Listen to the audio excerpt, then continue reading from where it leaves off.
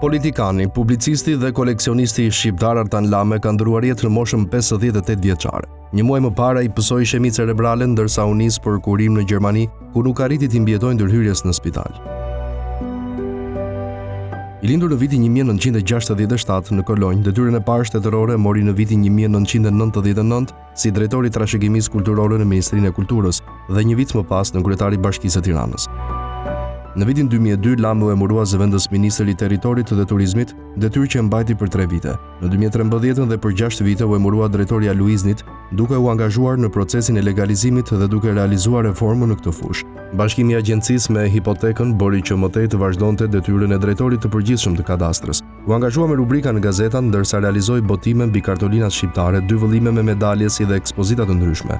Nga daljet e fundit në medje, ishte në paraqitjen e Muzeut të Veshjeve të Shtetit, ku paraqiti një sër artefaktesh që tregojnë historinë e zhvillimeve në Shqipëri. Ndarja e parakohshme nga jeta solli një sër reagimesh në nder të tij. I pabesueshëm, po fatkeqësisht i vërtet, lajmi i befasishëm i ndarjes nga jeta të Artan Lames janë pa fjalë. Ngushëllim e Mirelës, djalit e vajzës së tyre dhe familjes së shokëve të përbashkët, shkruan kryeministri Edi Rama në Facebook.